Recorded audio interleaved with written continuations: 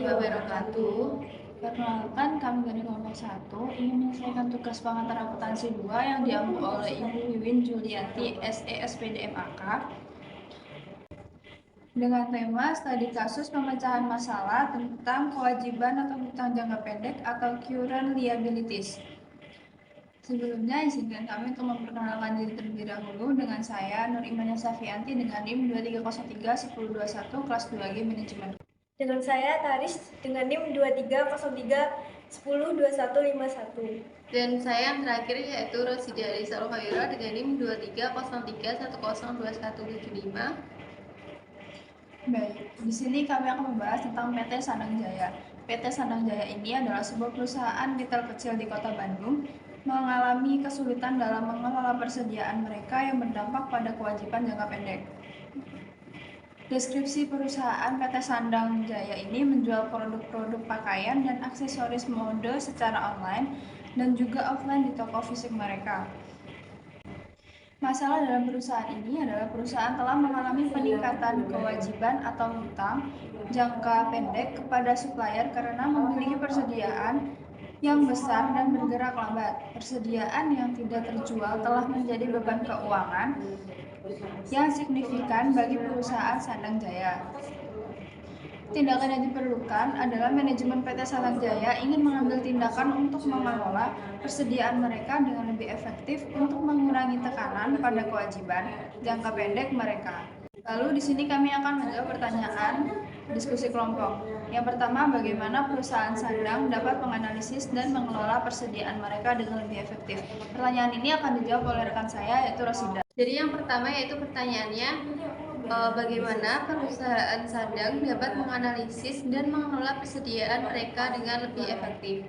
Nah, untuk menganalisis dan mengelola persediaan dengan lebih efektif, perusahaan Sandang dapat melakukan yaitu beberapa langkah. Yang pertama yaitu pemantauan persediaan, yaitu menggunakan sistem manajemen persediaan yang terkomputerisasi untuk memantau persediaan secara real time. Hal ini memungkinkan untuk perusahaan mengetahui kapan persediaan harus diisi ulang atau dikurangi. Kemudian yang kedua yaitu analisis permintaan, menggunakan data historis dan tren pasar untuk menganalisis permintaan produk.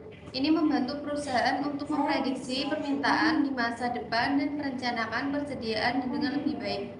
Kemudian yang ketiga yaitu pengelolaan siklus hidup produk.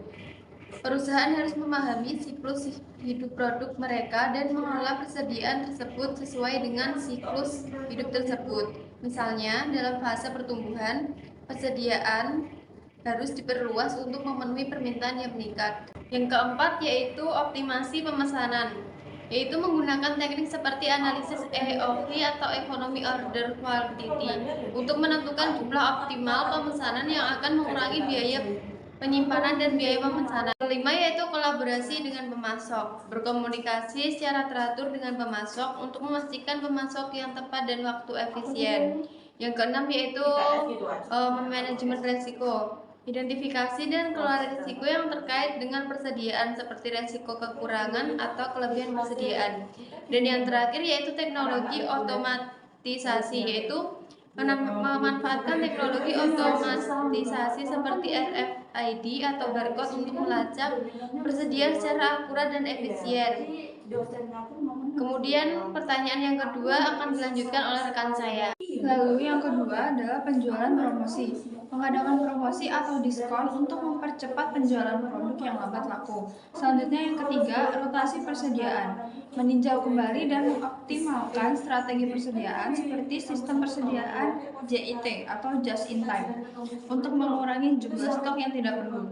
Yang keempat, diversifikasi saluran distribusi, mencari dan memanfaatkan saluran distribusi baru seperti penjualan online atau kerjasama dengan retailer lain. Yang kelima adalah pengelolaan produk secara dinamis, mengelola portofolio produk secara dinamis dengan menghentikan produk item yang kurang laku dan fokus pada yang lebih populer. Yang terakhir adalah yang keenam, upcycling atau recycle, mengubah produk yang tidak terjual menjadi produk baru atau mendaur ulang materialnya untuk produksi lain sehingga mengurangi limbah dan biaya. Itu adalah jawaban dari pertanyaan kedua. Selanjutnya saya akan menjawab pertanyaan ketiga, yaitu bagaimana perusahaan dapat meningkatkan rotasi persediaan mereka untuk mengoptimalkan likuiditas atau supaya perputaran uang tidak macet. Jawabannya, perusahaan dapat meningkatkan rotasi persediaan mereka dengan merampingkan proses produksi, meningkatkan efisiensi distribusi, menerapkan strategi promosi yang efektif, dan mengelola persediaan secara tepat waktu berdasarkan permintaan pasar. Selanjutnya, pertanyaan 4 akan disampaikan oleh Rosida. Kemudian saya akan menjawab pertanyaan nomor 4, yaitu apakah ada teknologi atau sistem yang dapat diterapkan untuk membantu manajemen persediaan dengan lebih baik agar PT Sandeng juga mampu melunasi pembayaran kewajiban atau utang jangka pendeknya. Jawabannya, PT Sandang dapat memanfaatkan sistem manajemen persediaan terpusat yang terintegrasi dengan sistem pembayaran elektronik atau teknologi pembayaran otomatis untuk membantu manajemen persediaan dengan baik dan memastikan likuiditas yang cukup untuk melunasi pembayaran kewajiban atau utang jangka pendek. Kemudian yang terakhir akan dijawab oleh rekan saya. Selanjutnya untuk pertanyaan yang terakhir, yaitu bagaimana perusahaan dapat mengelola resiko yang terkait dengan penurunan nilai persediaan atau perubahan tren pasar. Jawabannya, perusahaan dapat mengelola resiko terkait dengan penurunan nilai persediaan atau perubahan tren pasar dengan berbagai cara, antara lain: 1. Diversifikasi portofolio produk, menyediakan beragam produk untuk mengurangi ketergantungan pada satu produk atau segmen pasar tertentu. Yang kedua, analisis pasar dan peramalan, menggunakan data pasar dan analisis permintaan untuk meramalkan tren pasar yang akan datang dan menyesuaikan strategi persediaan. Yang ketiga, manajemen rantai pasokan yang efisien, membangun hubungan yang kuat dengan pemasok dan distributor, serta memperbaiki proses logistik untuk mengurangi risiko terkait keterlambatan atau kekurangan pasokan. Yang terakhir, studi risiko, melakukan evaluasi risiko secara berkala untuk mengidentifikasi dan mengelola potensi risiko terkait penurunan nilai persediaan. Baik, itu tadi adalah sedikit hasil diskusi kami untuk pertanyaan diskusi kelompok.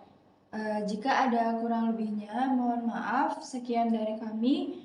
Wassalamualaikum warahmatullahi wabarakatuh.